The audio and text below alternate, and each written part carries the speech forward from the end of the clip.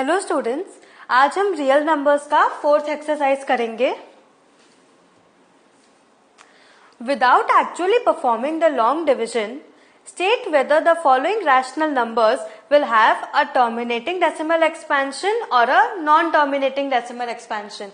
इन short, क्या जो आपका नंबर है that is p by q form में, उसको आपको लॉन्ग डिविजन के थ्रू नहीं शो करना है। जैसे हमने पिछले सेशन में 1/7 को लॉन्ग डिविजन करके देखा था कि वो टर्मिनेटिंग है या नॉन टर्मिनेटिंग रेकरिंग, वैसे ही बिना डिविजन किए आपको डायरेक्टली शो करना है कि वो टर्मिनेटिंग है या नॉन टर्मिनेटिंग रिपीटिंग। फर्स्ट 13/3125।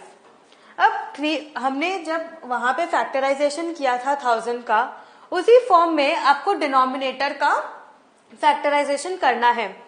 वो मैंने आपको एक बार बता दिया था, इसके लिए मैं यहाँ पर डायरेक्टली कर रही हूँ। आप फैक्टराइजेशन साइड में करना एंड फिर ये फॉर्म लिखना, क्योंकि आपको नहीं तो नहीं आएगा आंसर। 13/3125 को आप लिख सकते हो 13/5⁵. सो आंसर क्या है? That is a terminating decimal expansion. Correct. हमने देखा था कि डिनोमिनेटर जो है that should be of the form 2n into 5m। अगर यहाँ 2 नहीं है तो कोई बात नहीं, 5m तो है, सो सेटिस्फाई कर रहा है। So that is terminating decimal expansion. Next 17/8। 17/8 को आप कैसे लिख सकते हो? 17/2⁵. कैसे? 2 into 2 into 2 is 8. Since the denominator has only 2 as its factor, it is a terminating decimal expansion. It is of the form 2n. n is also a non-negative integer. So 2 या 5 हो denominator में, तो that is a terminating decimal expansion. So correct है। Third 64/455। अब देखो यहाँ पे हमने न्यूमरेटर को नहीं टच किया है, क्यों? क्योंकि हमें खाली उसका नेचर जानना है कि वो टर्मिनेटिंग है या नॉन टर्मिनेटिंग रिपीटिंग। तो जब आपको नेचर फाइंड आउट करना है, तो हमने देखा था कि हमेशा हम क्यू को देखते हैं, that is the denominator part को देखते हैं। तो 455 को आप कैसे लिख सकते हो? 5 into 7 into 13। ये कैसे आएगा? जब आप प्राइम फैक्टराइजेशन करोगे। Since the denominator has numbers other than 2 and 5, it is a non-terminating decimal expansion. क्या फॉर्म में होना चाहिए? 2n into 5m. This is not of this form, क्योंकि इसमें 7 आ रहा है, 13 आ रहा है, बट होना क्या चाहिए? खाली 2 और 5। इसीलिए that is a non-terminating decimal expansion. 15/1600। अब आप क्या करो, क्योंकि 1600 एक बहुत बड़ा डिजिट हो जाता है प्राइम फैक्टराइजेशन करने के लिए एंड उसमें टाइम भी बहुत लगेगा, तो आप इसको लोएस्ट फॉर्म में पहले रिड्यूस कर लो। कैसे करोगे? 5 से डिवाइड कर लो। 5 3 = 15 एंड 5 multiplied by 320 is 1600। अब बहुत इजी हो गया। अब आपको तो खाली 320 का प्राइम फैक्टराइजेशन करना है। सो 3/2⁵ into 5। ये कौन सा फॉर्म में हो गया? Denominator 2n into 5m।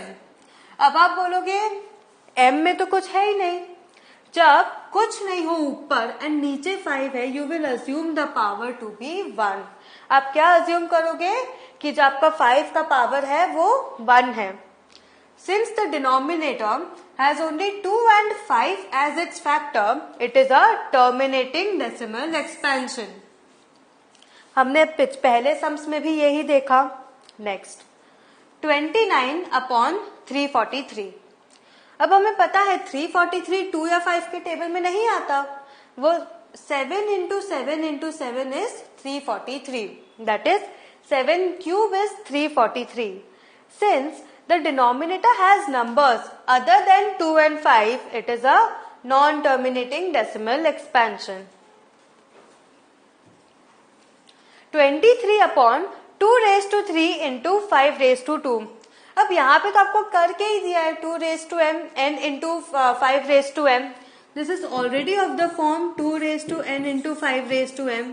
सो आपको अभी इसमें कुछ प्रूव ही नहीं करना या ना ही आपको कुछ प्राइम फैक्टराइजेशन करके ढूंढना है. So since the denominator has only 2 and 5 as its factor, it is a terminating decimal expansion. Next 129 upon 2 raise to 2 into 5 raise to 7 into 7 raise to 5.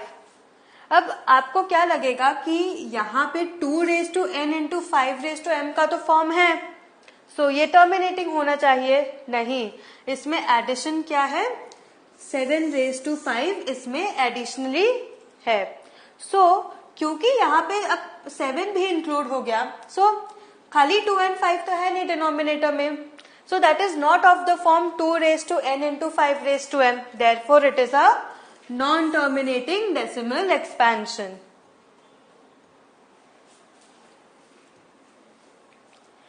Six upon 15. आप चाहो तो लोएस्ट फॉर्म में reduce कर सकते हो या तो नहीं कर सकते हो. बट अब देखो, अगर आप नहीं करोगे तो आपको 15 को कैसे डिवाइड कर सकते हो, 3 और 5 से. तो जब आप 15 को डिवाइड करोगे तो आपको 3 and 5 मिलेगा.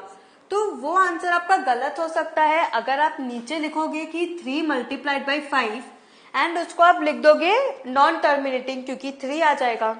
इसीलिए बेटर है कि आप उसको पहले लोएस्ट फॉर्म में कन्वर्ट करो एंड देन देखो डिनोमिनेटर में क्या नंबर आ रहा है. 6 upon 15 is equal to 2 upon 5. 3 2 जा 6, 3 5 जा 15. सो डिनोमिनेटर में क्या डिजिट है, 5.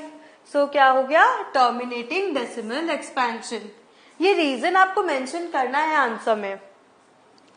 35 अपॉन 50, इसका लोएस्ट फॉर्म क्या होगा, 7 upon 10.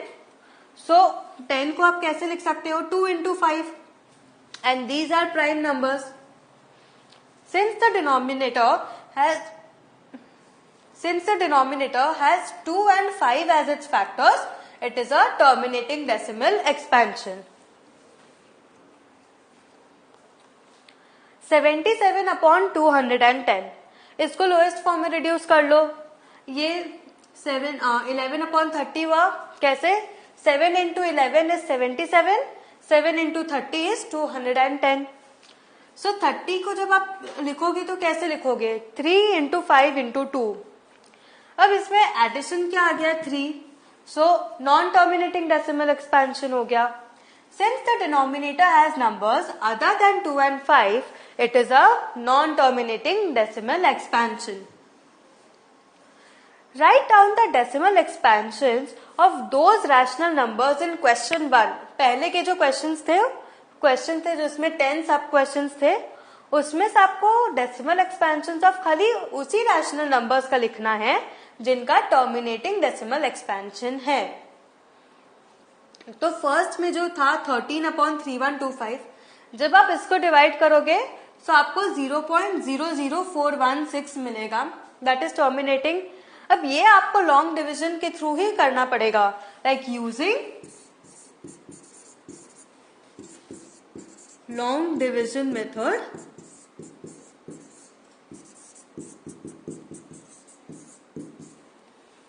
Using long division method, you can find out whether the rational number is terminating or non-terminating recurring. ठीक है. Similarly 17 upon 8 को आप डिवाइड कर लो, so 2.125 टर्मिनेटिंग है. 15 upon 1600 that is 3 upon 20 करो तो वो भी टर्मिनेटिंग है.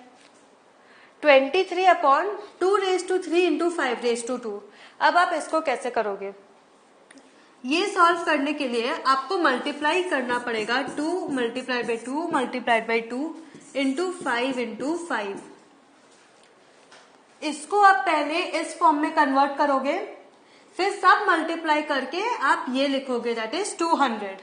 फिर आप 23 डिवाइडेड बाई 200 करो तो 0.115 आएगा, that is terminating decimal expansion. Next 6 divided by 15, इसको आप कैसे लिखोगे, 2 divide by 5 that is lowest form में जो हमने किया था, which is equal to 0.4, that is terminating decimal expansion. 35/50, lowest form क्या 7/10, so 0.70, terminating decimal expansion. Now next question. The following real numbers have decimal expansions as given below. In each case, decide whether they are rational or not. If they are rational and of the form p by q, what can you say about the prime factors of q? मतलब क्या बोल रहा है कि real numbers के decimal expansion आपको दिया हुआ है, ठीक है। अब आपको ये डिसाइड करना है कि जो वो डेसिमल एक्सपेंशन है वो रैशनल है या नहीं। अगर वो रैशनल है और p by q फॉर्म में है तो q के प्राइम फैक्टर्स के बारे में आप क्या बोल सकते हो, लाइक आप क्या कमेंट करोगे। 43.123456789 ये कैसे करोगे। Now, since the given terminal expansion terminates, that is terminal expansion, that is decimal expansion. Terminal लिखो या decimal लिखो, it's the same. अब क्यों हमें कैसे पता चला टर्मिनेट्स है, क्योंकि ना ही ये रेकरिंग है ना ही डिजिट्स रिपीट हो रहे हैं एंड 9 के बाद ये नंबर स्टॉप है, मतलब कि उसके आगे और कोई डिविजन परफॉर्म नहीं हो सकता। सो it is a rational of the form p by q. It is a rational of the form p by q. अब आप इसको कैसे लिखोगे। अब आपको p by q फॉर्म में कन्वर्ट करना है। सो हमें पता है कि डेसिमल पॉइंट के बाद जितने भी डिजिट्स हैं आप डिनोमिनेटर में उतने जीरोस ऐड कर दोगे। काउंट करो कितने डिजिट्स हैं, 1 2 3 4 5 6 7 8 9 9 डिजिट्स हैं। सो 4 3। अब जब आप नीचे जीरो ऐड करोगे ऊपर से डेसिमल नंबर हटा दोगे, दैट इज न्यूमरेटर में तब डेसिमल नंबर नहीं आएगा, दैट इज डेसिमल पॉइंट नहीं आएगा। सो 4 3 1 2 3 4 5 6 7 8 9 डिवाइडेड बाई 1 2 3 4 5 6 7 8 9 9 जीरोस आ गए। अब आप इसको कैसे लिखोगे, 4 3 1 2 3 4 5 6 7 8 9 डिवाइडेड बाई 10 रेज टू 9। अब 10 रेज टू 9 को आपको 2 raise to n into 5 raise to m के फॉर्म में लिखना है। सो आप कैसे लिखोगे, मैं यहाँ पे सॉल्व कर दे रही हूँ डायरेक्टली, आप कैलकुलेट कर लेना। Divided by 5 raise to 9 into 2 raise to 9 या फिर और 2 raise to 9 into 5 raise to 9, ठीक है। 2 raise to n into 5 raise to m के फॉर्म में आ गया। उसका क्या मतलब है कि 2 जो है 9 टाइम्स आ रहा है, 5 भी है जो 9 टाइम्स आ रहा है। So prime factors are 2 raised to 9 into 5 raised to 9. These are your prime factors. 0.120, 1200, 000। अब हमने पता था कि जब रैशनल नंबर्स होते हैं तो उस इरैशनल नंबर जब हम देखते हैं तो उसमें कोई पैटर्न दिखता है। देखो जैसे यहाँ सिंगल 0, डबल 0, ट्रिपल 0, 4 टाइम्स 0, फिर क्या आता 1 2 एंड 5 टाइम्स 0। सो वो तो खत्म ही नहीं होता। Since the decimal expansion is neither terminating nor non terminating recurring, it is an irrational number. Non terminating recurring भी नहीं है। रेकरिंग क्या हुआ, सेम नंबर रिपीट हो रहा है, जैसे 1 2 0 1 2 0 1 2 0, तब वो रैशनल नंबर होता। बट ऐसा तो कुछ नहीं है, ना ही वो टर्मिनेटिंग है ना ही नॉन टर्मिनेटिंग रिपीटिंग है। सो क्या हो गया, that is an irrational number, therefore it is an irrational number. Now 43.123456789 recurring. First sum क्या था, that was non recurring and that was terminating and non recurring obviously. But ये क्या है, that is non recurring, non terminating recurring. Since the given terminal expansion is non-terminating recurring, it is a rational number. Recurring क्यों है, क्योंकि 1 2 3 4 5 6 7 8 9 के ऊपर बार है, that is इसके बाद फिर से 1 2 3 4 5 6 7 8 9 and so on repeat now. नाउ अब आपको क्या करना है, let P by Q is equal to X is equal to this, मतलब कि let this number is equal to X, let X is equal to this number जो question में दिया है। सो अब हमें P बाई Q फॉर्म में convert करना है, तभी हमें पता चलेगा। Multiplying both sides by 1 2 3 4 5 6 7 8 9। Why this, क्यों? क्योंकि डेसिमल पॉइंट के बाद 9 डिजिट्स हैं, सो आपको अब डेसिमल नंबर हटाना है। So this into X is equal to 43। अब डेसिमल पॉइंट जो है हट जाएगा क्योंकि हमने मल्टीप्लाई किया है बोथ साइड्स को। दिस इंटू दिस, तो ये क्या हो गया, डेसिमल नंबर यहां से हट गया, ठीक है। तो क्या बचा 4 3 1 2 3 4 5 6 7 8 9 पॉइंट 1 2 3 4 5 6 7 8 9, क्योंकि हमने तो 9 जीरो से ही मल्टीप्लाई किया है। सो डेसिमल पॉइंट 9 डिजिट्स आगे शिफ्ट हो जाएगा। सो यहाँ पे 9 डिजिट से डेसिमल पॉइंट शिफ्ट हो गया, कैसे, 1 2 3 4 5 6 7 8 9। जो डेसिमल पॉइंट यहाँ था वो अब यहाँ चला गया, दैट इज ये डेसिमल पॉइंट जो यहाँ था अब वो यहाँ पर आ गया, करेक्ट। नाउ ये हो गया आपका इक्वेशन 1 एंड ये हो गया आपका इक्वेशन 2, ठीक है। This is 1 and this is 2। Now अब हम सब्ट्रैक्टिंग 1 फ्रॉम 2। 1 फ्रॉम 2 क्यों? क्योंकि 2 जो है that is bigger number than 1, 2 is bigger than 1, so हम सब्ट्रैक्ट करेंगे, हमें क्या मिलेगा, हमें ये फॉर्म मिलेगा। जब आप सॉल्व करोगे आपको ये मिलेगा। अब हमें x की वैल्यू ढूंढनी है, हमें देखना है कि वो P बाई Q फॉर्म में जो Q है is that in the form 2 raise to n into 5 raise to m। So x क्या होगा, दिस डिवाइडेड बाई दिस। आप इसको फर्दर रिड्यूस कर लो तो आपको ये फाइनल मिलेगा फर्दर रिड्यूस करने के बाद, which is equal to P by Q।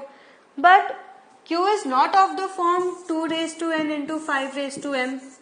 आपको समझ में आ ही रहा है कि अगर 1 1 1 1 1 1 1 1 1 है, सो वो 2 raise to n into 5 raise to m के फॉर्म में आ ही नहीं सकता। Therefore, Q is not of the form 2 raised to n into 5 raised to m। तो आपका सम यहाँ पर कंप्लीट हो गया। देखो फर्स्ट में क्या था, हमें प्राइम फैक्टर्स मिला था, क्यों? क्योंकि that was of the form 2 raise to n into 5 raise to m। But इस सम में there will be no prime factors, क्योंकि वो उस फॉर्म में है ही नहीं। So what have you learn today? आज हमने देखा कि जो नॉन रैशनल नंबर होता है वो टर्मिनेटिंग होता है या नॉन टर्मिनेटिंग रेकरिंग होता है। वो या तो हम लॉन्ग डिवीजन के बिना भी हम प्रूफ कर सकते हैं। सो आपको कोई भी डाउट हो तो आप सॉल्व करना, फिर से सेशंस गो थ्रू करना, समझना एंड फिर सॉल्व करना, आपको समझ में आ जाएगा। Thank you.